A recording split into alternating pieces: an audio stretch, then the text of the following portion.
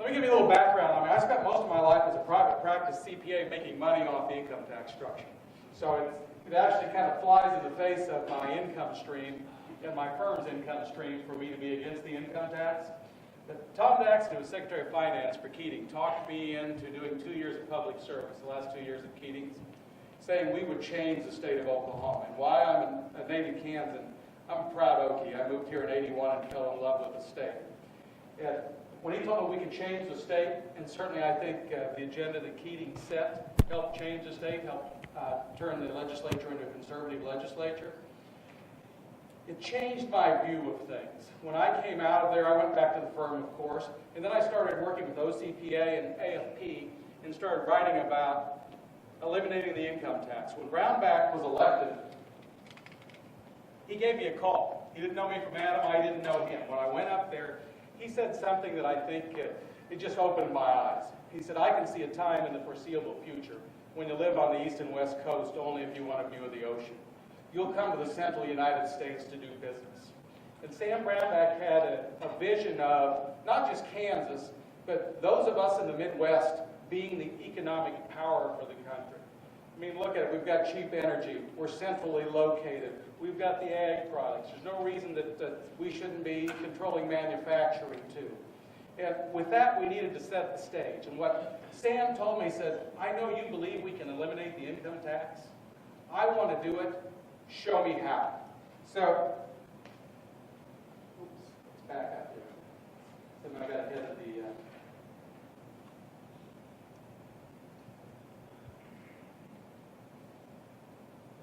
Okay, march to zero. Because consider that Kansas's revenues, 46% of their state revenues were income tax. Making that transition is pretty difficult, as you can imagine. So we had to make two cases.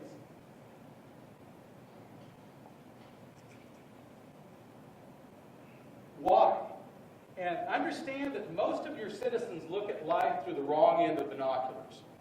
All they can see is what's in front of them. And I will tell you, the native Kansans didn't know what was going on, and I'll lay that out in a bit. When we put it out in front of the House and the Senate, the majority of them joined us, and I will tell you, the citizenry have largely endorsed what Sam's doing.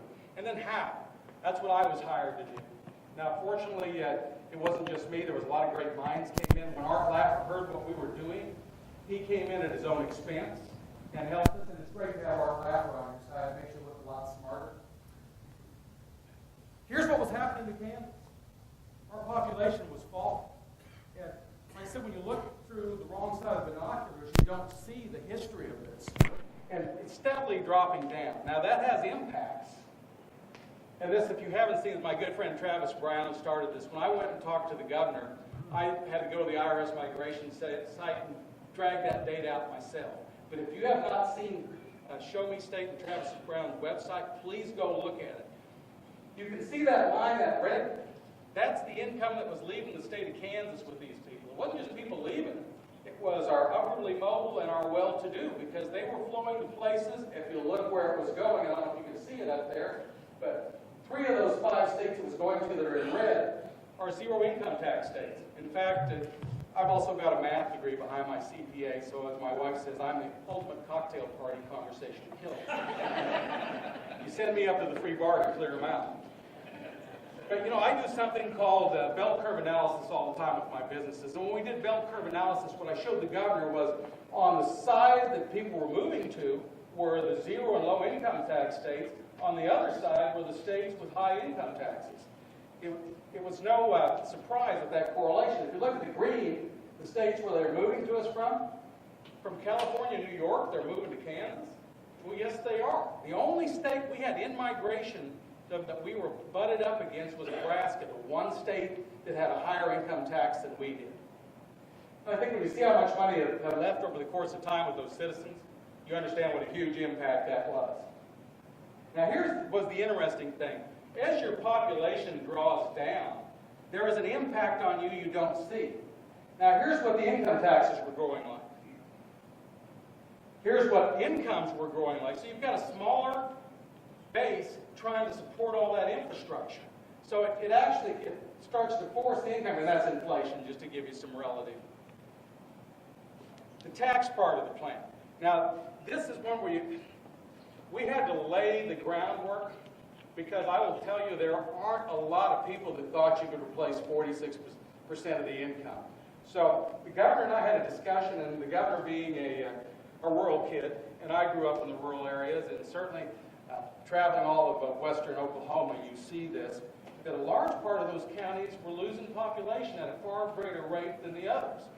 And what I told Sam was that let's put a zero income tax in those small counties that are shrinking. And now we only did it for 5 years because that's all we could get through. So if you move in from out of state, if you're a businessman or even a wage earner, you get zero income tax.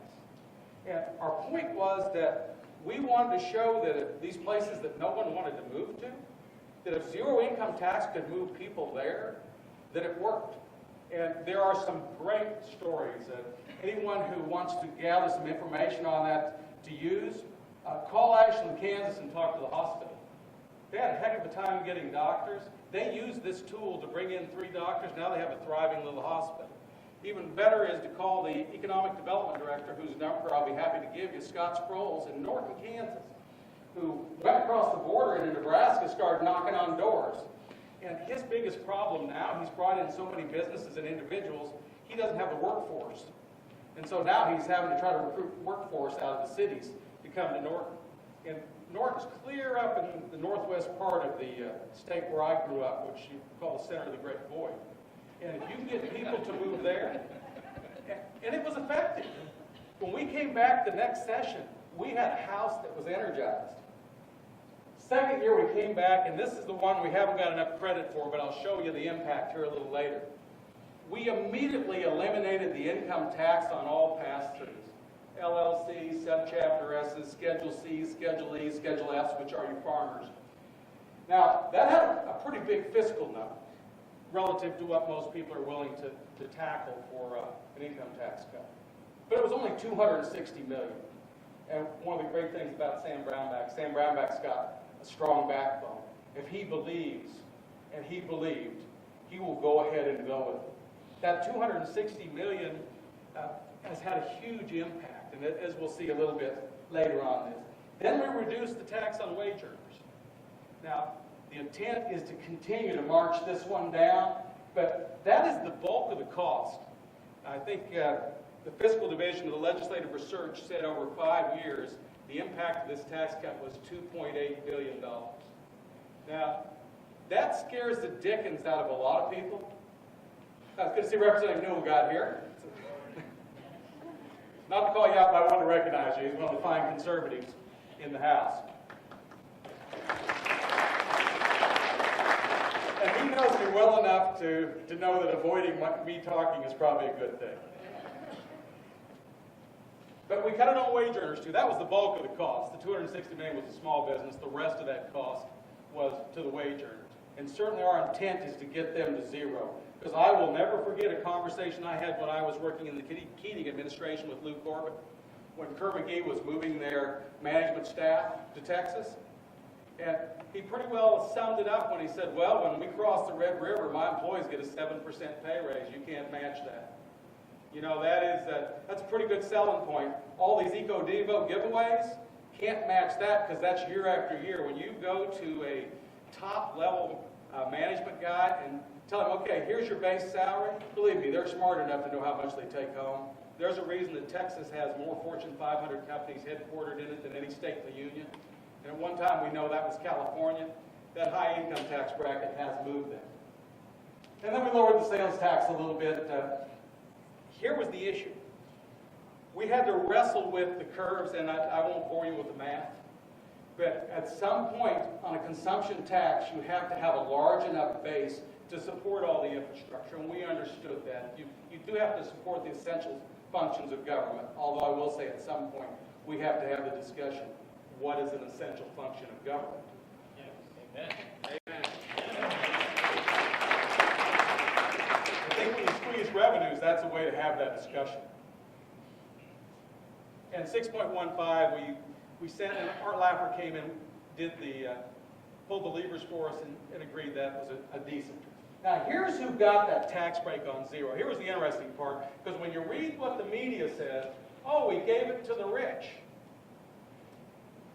77% of them are less than 10 employees. I knew that. My firm has got offices out in Kansas, so we got 1,300 small businesses, and there's only a couple of them that are more than 10 employees. And we all know as small businessmen, what do you do with your money? You put it right back in the business. You don't bury it in the backyard. Now the expenditure part of the plan, and this is the part that, and I would encourage you, AFP has a piece out that I did some work on for John, that I encourage you to read, because there is great opportunity in Oklahoma to take a big whack off the income tax. You know, Oklahoma, as we know, from 1907 to 2002, both chambers were controlled by one party. And I don't care what party it is, if you let one party control things that long, the levels of corruption, waste, and inefficiency build. And there's a tremendous amount in Oklahoma. Kansas, it would swing back and forth the pendulum, and while we had plenty to cut, there's a lot more here, and I think John's got a publication that'll show you where that's at. You can take a big whack off yours. When we walked in, we faced a projected budget deficit of $500 million. That was the first day on the job, they tell me that. I'm wondering if maybe I shouldn't go back to Oklahoma when they gave me that. Now, when they told me the next thing, the governor asked me, how are we going to do it? I said, well, first we'll do the easy things, because we know where the hidden expenditures are. The eliminated budgeted and unfilled FTEs. This is an old trick. When you look at a budget, they'll say, well, we've got all these wage expense. Well, if you try to match it up to the full-time equivalent employees, they don't match. In fact, if you looked at the supposed savings of the IT consolidation recently, all that was when they brought in all the IT positions into the CEDO's office, there was 30 million of them that really weren't warm bodies. They actually were just funds flowing to that agency that were diverted for other purposes. Very common padding. We were able to cut 4,000 FTEs, 4,000. And Kansas is not a huge state. That's how many that didn't have warm bodies in them but had money attached to them. Now, one good thing about up in Kansas, which is an advantage that Sam had that Mary doesn't have here, is that the cabinet secretaries actually run the agencies. So when he sent me around to twist arms, I could actually twist them. And so we told him, spend your unencumbered balances down, and said, we're going to set a benchmark, because if we're going to go where we want to go, we've got to have 4 years of relatively flat expenditures. And we believe there is enough waste and inefficiency within those budgets to do it. And I'll be darned if you go up and look now at the Kansas budgets for the last 4 years, they are flat. Appropriations have not grown. They have stayed at a level because they've been able to squeeze efficiencies out of them. And any of you that have done business with government have seen the inefficiency. Part of it is government accounting. It's back to my field. It doesn't measure efficiency. And certainly, we brought in what's called a cost management system, which Forbes wrote an article about, said it was revolutionary. Folks, all it is the common little management information system that every small business does. That's how behind the curve government is. Now, I will say, Sam one time after a cabinet meeting asked me to walk back with him. And he said, you know, I've had every cabinet secretary come to me and complain about you. And he said, keep doing what you're doing. Then we began consolidations, voluntary buyouts, because if you look at the state workforce, it is largely an older workforce. And so many of them were just hanging on to add additional years of retirement.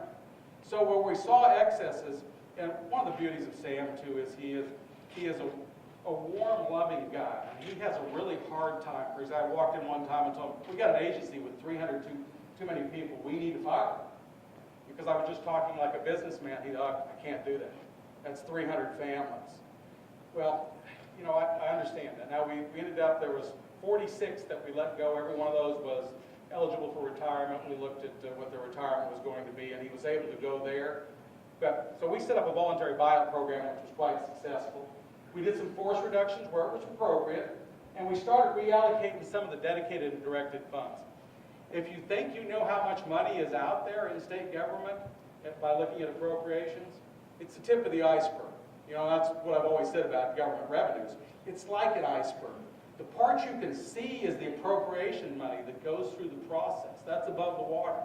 There's an awful lot of dedicated and directed.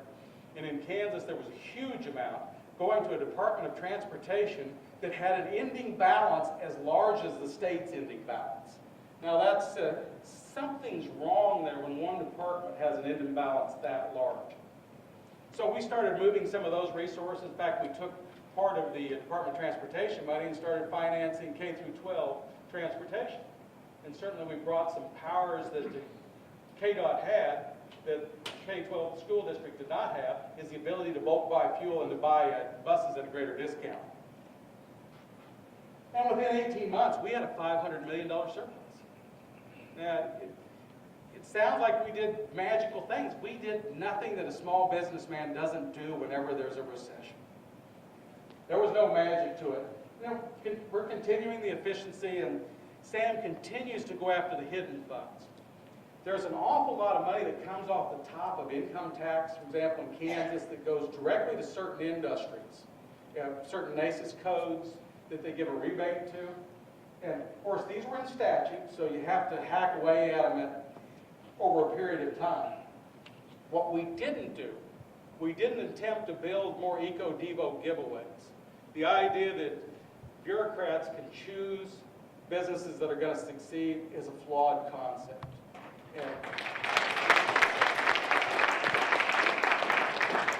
And that's one of the many things I love about Sam. He got this. Now, this is the other thing I love about Sam. He knew revenue neutral is not a tax cut. He told me that in our first conversation. Because I told him, I said, we're going to go to zero. That's going to require taking some wax off what you're going to have available for you to spend. And he said, I get that. I'd rather put it back in people's pockets.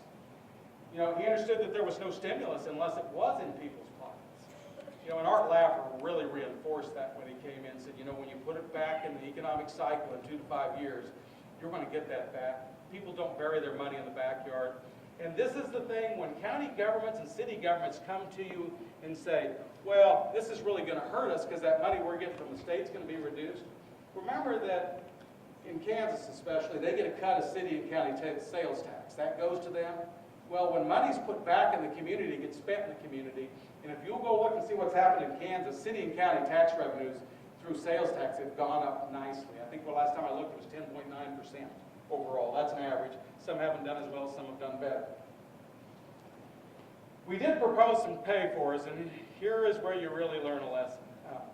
Now, tax credits, you need to go after the tax credits. If you're going to go to zero income tax, you've got to get rid of them because they become proportionally more costly to you as your income tax gets less. So you want to get rid of those.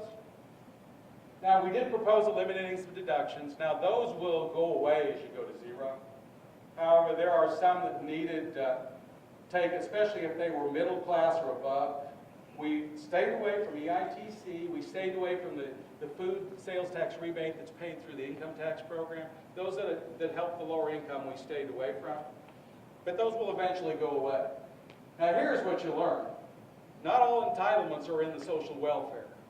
You would not believe the big corporate players that come to you and say, oh, boy, we need those. You know, really? Sprint needs a big tax credit? But it was kind of an eye-opener how well they worked the halls. There was one law firm that their whole practice was based on something called the Angel Investor Tax Credit. Reasonably small, it was about $10 million, but that was their whole practice. Incredibly, they were such a great lobbying group, they were able to actually keep it in place. Here's the before and after. Walk in, we got a cash balance. The last fiscal year of the Sebelius administration, and that she left her lieutenant governor in charge when she went to D.C., left $876 in the bank. Can you imagine a state with $876 in the bank? We had a $500 million deficit, unemployment rate of 6.9, tax burden second highest in the region, and a population loss over half our counties lost 10%. Cash balance in FY 2013, that's our billion-dollar swing that the progressive media doesn't like to talk about. And understand, when you read in the media in Kansas, the two largest papers, Kansas City and Wichita, are owned by the McClatchy Group. Those are Californians. And you see it in the editorials, you see it in the people that they hire to run their paper. They aren't Kansans and they aren't Midwesterners. And they certainly aren't conservatives. There's our projected surplus for 2014. All this doom and gloom that you've heard about, that these really drew down our funds, how can it be that we've got 709 million set at the end of the last fiscal year? Unemployment rate's fallen to 4.9%. Ninth lowest in the country, and apples to apples, go BLS statistics and look at the 50 states. You know, because you can play games with statistics, but if you take the same methodology, lay that up against, and then take a look, you do your bell curve distribution and see who the low unemployment states are and who the high ones are. Now we're the second lowest burden in the region, and in 2017 we'll be the lowest. And population growth, we've started to change that dynamic. In fact, it's gone up more than this now. People will move, and I'll show you a bit where they're moving from. This is the interesting part. This Kansas City metro area, that's what Art Laffer, why he was so interested in this Kansas tax cut. Missouri's a whole other country, and if you'll know the history of Kansas and Missouri, we've been divided for a long time. We've referred to them as the slavers. Maybe Kansas can say that one, because we've had a long border war with them. Kansas City is roughly divided in half, half on the Kansas side, half on the Missouri side. So it made a really interesting study of the short-term dynamics of the tax cut. Now, as you can see, the blue parts is Missouri hiring. Now, notice when the tax cut kicked in, and you can see it there on the far third right of the screen, when that tax cut kicked in, all new net jobs created in the KC metro area were created on the Kansas side of the border. Now, if anybody doubts it works, now we showed this to the editors of the KC Star and said, we'll show you where to get the stats so you can check the methodology, because this isn't our stats, this is BLS stats. You think they ever ran it or ever said one thing about it? No. They fear this. Now the unemployment, and you can see the big dip as the tax cut kicked in. I mean, go look at other states and see if there's a significant at the slope of the line. Now this is a really interesting one. And this is the one first we were told when we did this, that, well, all the C Corps are going to convert to LLCs. Now, the people that were saying that weren't tax accountants. And that was the beauty of at least me having that in my background and being able to call around other CPAs and say, well, what part are going to move? Because certainly there was some movement. I do create some unique tax structures, and I've always done that through my whole career. That's how I get paid. But, as I told the governor, the big taxpayers in the C Corps are publicly held. They can't change. It's against the law. So, this new business formation is not conversions. This is new businesses. As you can see, it is 15,000. We didn't just improve by a few or a few hundred. It improved by a few thousand. And that's what happens when you incentivize small business and say, we're going to leave the money in your pocket. And let's understand, it's not just about leaving the money in their pocket. They're not having to file a state income tax now. They're not having to make quarterly payments. That paperwork burden is a hidden cost that we don't always see. And here's when they talk about the fiscal impact of the tax cut. This is the first 6 months. When you see those fiscal impacts, understand it's static analysis. And that's part of what they use to scare you into not taking the cut. Because when you look at, like someone that came in to the governor with the numbers and said, boy, the first full year impact of this is $865 million. Half year is $248 million. You know, that's one of those that you clench your teeth a little bit. You know, okay, it's going to be tough. You know, he went around the table asking everyone in his inner circle, should I sign this tax cut? And went around, all the people he brought from D.C. were going, well, Governor, that's a lot of money. You know, maybe we ought to see if we can go talk to the Senate and House and they can send us a bill that's a little bit less. You know, they didn't say don't sign it, but they certainly were hesitant. Came to his legislative liaison, former Speaker of the House, a man by the name of Tim Schallenberger, great conservative. And he said, Governor, you must sign it. He wasn't hesitant. He was very forceful in it. And then when it came to me, the governor really didn't care about my political view, because as Sam used to point out to me all the time when I would make some of my rather hardcore statement, Steve, you've never been elected to anything. And that's a pretty good point. Following me probably would get you unelected. But I told him, I said, Governor, what I will tell you, it will not cost you as much as they say it's going to cost. Now here's the first 6 months when it kicked in. Estimated growth rate that was used to calculate the amount, 5%. So 248.2 million is what it was estimated at. You can see what the actual revenues were. So the actual cost was less than half of that, and that's roughly what I told the governor. It's always good to see the numbers make you look good. But I think it's going to continue as we move forward. We're seeing that. But what I love about the progressive media is they call a deficit or a reduction is, let's say you collected $1 last year, and they projected you're going to get $1.05. If you collect $1.02, you got a 3-cent deficit. No, you didn't. It went up. I mean, it is a ridiculous concept when you look at how these are measured, and it's part of how the game's been played. And that's part of why I like to show this to people, because there is a game that's been played. Part of the issue is government accounting doesn't reveal this to us like private sector accounting does. But that's part of why I try to bring more people like me into this. We need more numbers crunchers. And while we're a boring lot to look at, we can sometimes get to the truth in the numbers. Now, one of the other scare tactics they use is education spending went down. Well, appropriated spending went down. $200 million came over from KDOT that we use for transportation. And if we use that barometer that we should all use, Governmental Accounting Standard Board, the nonpartisan way of measuring it, spending went up. You know, what we can't let the school lobby do is define how we're going to keep score, because they're always going to work the score towards them. And we've got to stop that. You know, the Governmental Accounting Standard Board has finally started to get and understand they're part of the problem.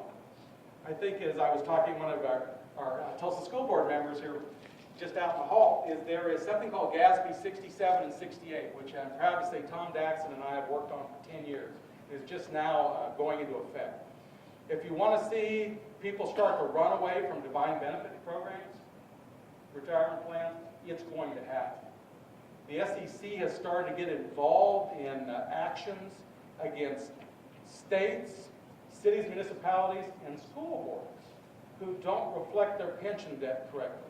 GASB 67 and 68 are going to do what we in the accounting world are always for, which is show the truth of the transaction. The creator of the debt, which was the school boards and the teacher systems, will now own the debt. And when you put that on their balance sheet, first it will get their attention. And if you have bonds issued and you're a school board member, and you should tell your friends who are school board members, you need to be aware of this, because the SEC is going to come for you. And those SEC indictments, the Sebelius administration was indicted in 2008 for their poor bookkeeping. Not only did I walk in with $876 in the bank, the accounting system tells me we can't even reconcile with the bank account. You want to talk about something scary for a CPA? The books and the bank don't match. But that's how bad the Sebelius administration was at keeping records. Another little kind of interesting point. The Sebelius administration installed 3 major software programs. Every one of them was a disaster. And you know what's interesting? Qualifies for Obamacare? Exactly. And you know, we saw this coming. I actually gave this to the AP reporter. I said, you know, here's the 3, and you can verify all 3 of these disasters. Especially since one of them was very public, it was the Department of Motor Vehicles. And boy, that affects every citizen. And I said, well, why don't you get this article ready to go, because I guarantee you when the Obamacare website rolls out, it's not going to work. We saw her management technique. And what's really interesting, the group she hired to fix it, Accenture, is the same group she hired in Kansas.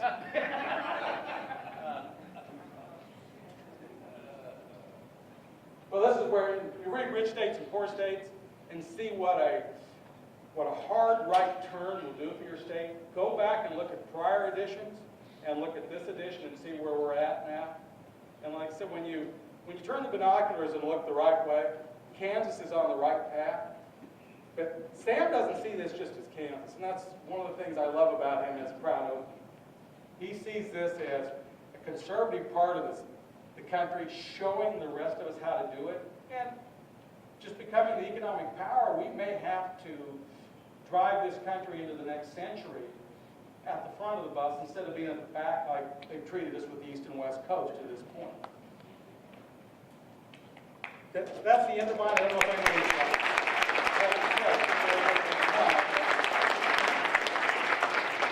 I certainly answer any questions anyone might have on it. Please. Had the opportunity last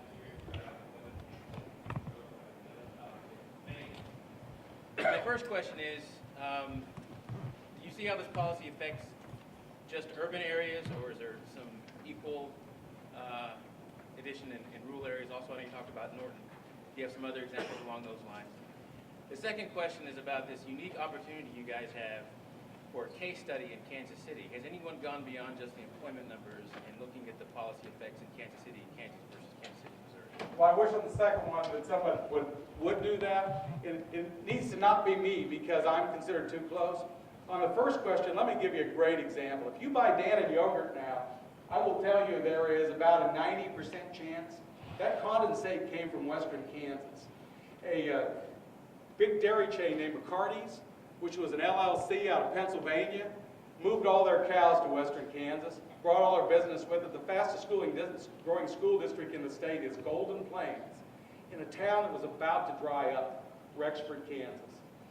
And it's amazing the demand that there's been. In fact, McCarty's told me that they're looking at 40,000 more cows. They're trying to find them to bring them out there because it just created an environment where they could come, understanding they'd have the internal capital. They built a giant condensation plant. And that's what we're starting to see. It takes a while for industry to move and get set up. But what we're seeing is the value-added industries now are starting to look at the rural areas. So if I can come in and mill wheat, and I know a lot of people look at Chinese as somebody we don't necessarily want. Well, I do want the Chinese money. And if they'll come here and spend it, and the Chinese came to town and said, what we'd like to do is buy flour mills. Well, already we had made things so good for those rural flour mills, I couldn't find anybody who wanted to sell. Now, we do believe they will eventually build. In fact, one of my clients is in the process of talking to them. So yeah, we are starting to see something in the rural area besides just the little pockets of it cropping up. We're all aware in the 80s when Reagan's tax cuts kicked in, it actually doubled the federal revenues that came in. In saying that, how do you see this impacting the real dollars for the, what we'll call essential government services? How is this going to impact their inflation-adjusted dollars? There's plenty of non-essential and even excess in those essentials. And kind of as we sat there and talked about, the event horizon for zero is probably 15, 20 years in the future from the day we pull the trigger. What is going to happen over the course of that time? Certainly we're going to see government structure change. But in a state like Kansas, you've got to maintain your schools, you've got to maintain your roads, and public safety has got to be there. Just looking at it, we believe, and I tell you, Sam Bramback's not a guy that will do something on ideology unless he believes. When we looked at it, and we are going to have to shrink some of the non-essentials. That's just a fact. But if we get rid of the hidden ones, we bring the dedicated directed back into the pond, and sales tax grows as we think there will, we'll be able to handle those cost increases going forward.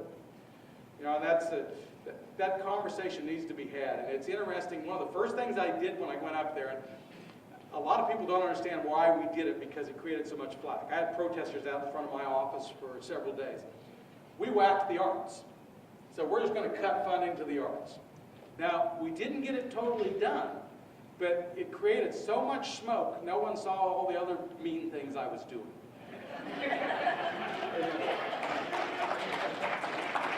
What's kind of interesting is the picketers are down there one day, and I will say one thing about the arts people. They are creative. Some of those signs are really pretty funny. I had to go across the Capitol to see Sam, and my whole staff gathers at the window to watch me walk through the picketers because they were just sure they were just going to rip me to pieces. Well, they didn't even know who I was. I walked right through them, so they hadn't done their homework. But we changed the arts because the argument they came back to us is the same one I see your Arts Council making here, is that we're economic development. So we moved their money over to Commerce and said, prove it. Just like any other entity that claims they're doing economic development, come here and show us how many jobs you're growing, don't claim that this much money was spent in an art festival.